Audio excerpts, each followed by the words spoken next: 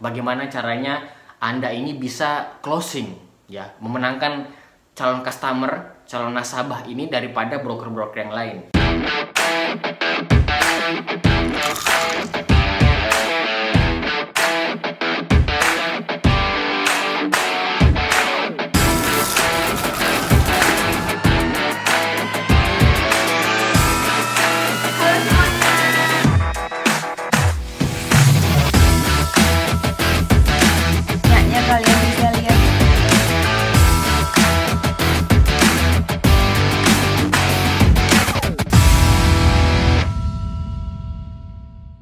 Bismillahirrahmanirrahim. Assalamualaikum warahmatullahi wabarakatuh, teman-teman. Bertemu lagi bersama saya Muhammad Ikhlas di channel Zero to One. Karena kebanyakan di grup Telegram saya ini para broker-broker baru dari berbagai macam perusahaan.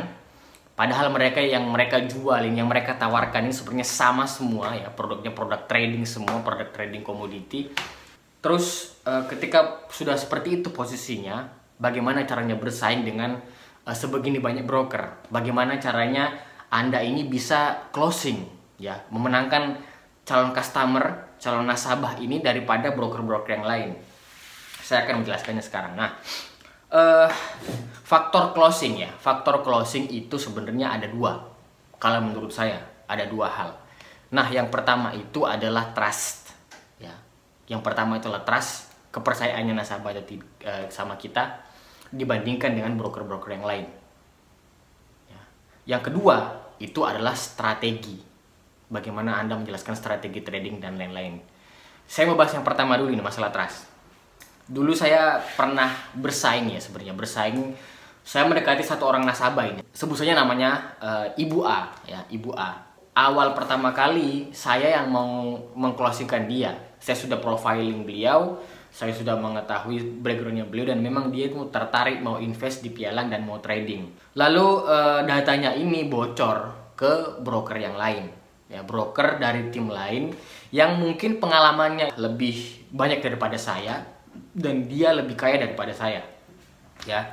Dia lebih kaya daripada saya. Pokoknya dia itu kalau tidak salah dulu itu sudah kepala tim, sudah tinggi lah jabatannya di pialang itu. Suatu hari saya sudah prospek, saya sudah berkali-kali lah bertemu dengan calon nasabah ini. Saya mendapatkan kabar bahwa si broker ini datang ke rumah calon nasabahnya saya tersebut. Ya, dia datang ke situ prospek juga. Ya, wah, ini berarti persaingannya luar biasa ini. Padahal dia sudah tahu itu calon nasabahnya saya, tapi dia masih tetap datang, tetap dia datengin calon nasabahnya saya itu. Akhirnya, ya, setelah proses, akhirnya nasabah tersebut itu closingnya sama saya, ya. Meskipun bisa dibilang jabatannya broker saingan saya ini lebih tinggi daripada saya, atau dia punya pengalaman sudah hampir 15 tahunan di pialang, sedangkan saya saat itu baru 2 tahun, saya bisa menang. Kenapa kok bisa seperti itu? Karena nasabahnya lebih percaya kepada saya. Saya mempunyai teknik persuasi secara personal kepada calon nasabahnya ini. Itu yang bisa memenangkan saya di persaingan mendapatkan nasabah ini. Itulah makanya kenapa saya bilang nomor satu itu trust. Kalian harus menjadi orang yang bisa dipercaya.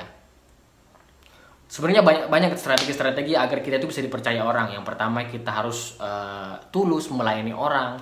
Kita kalau komunikasi sama orang juga itu harus baik, bahasanya kita bagus. Kalau setiap weekend itu kita sapa mereka dengan selamat weekend ya Bu, nggak tahu lah saya.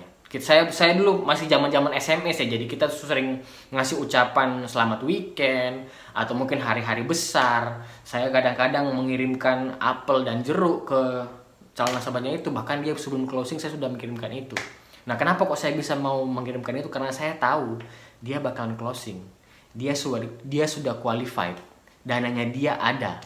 Dia sudah ada dana dan dia sudah tahu resiko. Makanya saya berani untuk all out lah dalam nge-treat nasabahnya itu, sehingga akhirnya dia mau closing dengan saya, ya, sebagai brokernya. Dia memilih saya meskipun lawan saya itu orang berpengalaman dan sudah lama dan punya jabatan di pialang.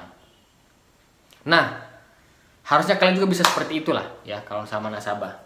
Terus hal yang kedua itu adalah strategi. Jadi karena yang kalian jual ini produknya sama, produk pialang juga, bahkan dalam satu naungan perusahaan ini kan ada banyak tim, dan itu ada ratusan broker di situ. Bagaimana caranya kalian itu harus bersaing dengan mereka? Nah, salah satunya itu adalah dengan strategi. Bagaimana caranya kalian menjelaskan strategi tradingnya seperti apa kepada nasabah? Bagaimana caranya kalian menjelaskan resiko? Bagaimana caranya kalian menjelaskan manajemen resikonya seperti apa? Modal yang dibutuhkan berapa? Kalau sudah loss sekian poin, kita harus cut loss, ya, harus berani cut loss. Kalau memang sudah capai poinnya, kita itu harus langsung lock, ya, atau langsung cut loss saya tidak apa-apa. Tapi kita masih bisa mencari peluang-peluang di mana ada payroll, ya, awal bulan itu kan biasanya harga melonjak di situ. Nah, itu kita bisa cari-cari seperti itu cara-caranya. Jadi itu semua tergantung strategi kalian. Untuk lebih detail di strategi, sebaiknya saya sarankan kalian lebih baik berkonsultasi dengan pimpinannya kalian atau senior-seniornya kalian. Atau kalian bisa mencari referensi di internet, karena banyak sekali sekarang trader-trader yang sudah online dan bisa menjelaskan segala macam peluang atau analisis teknikal sampai strategi-strategi trading seperti apa, ya. Kalian harus belajar itu.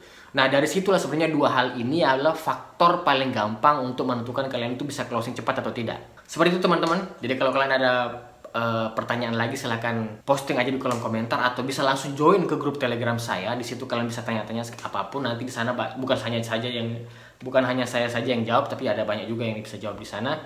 Dan kalau kalian suka video ini silahkan like, tidak suka ya dislike aja, oke? Kalau kalian merasa video ini manfaatnya, silahkan share ke teman-temannya, share ke sosial media, dan jangan lupa subscribe. Assalamualaikum warahmatullahi wabarakatuh.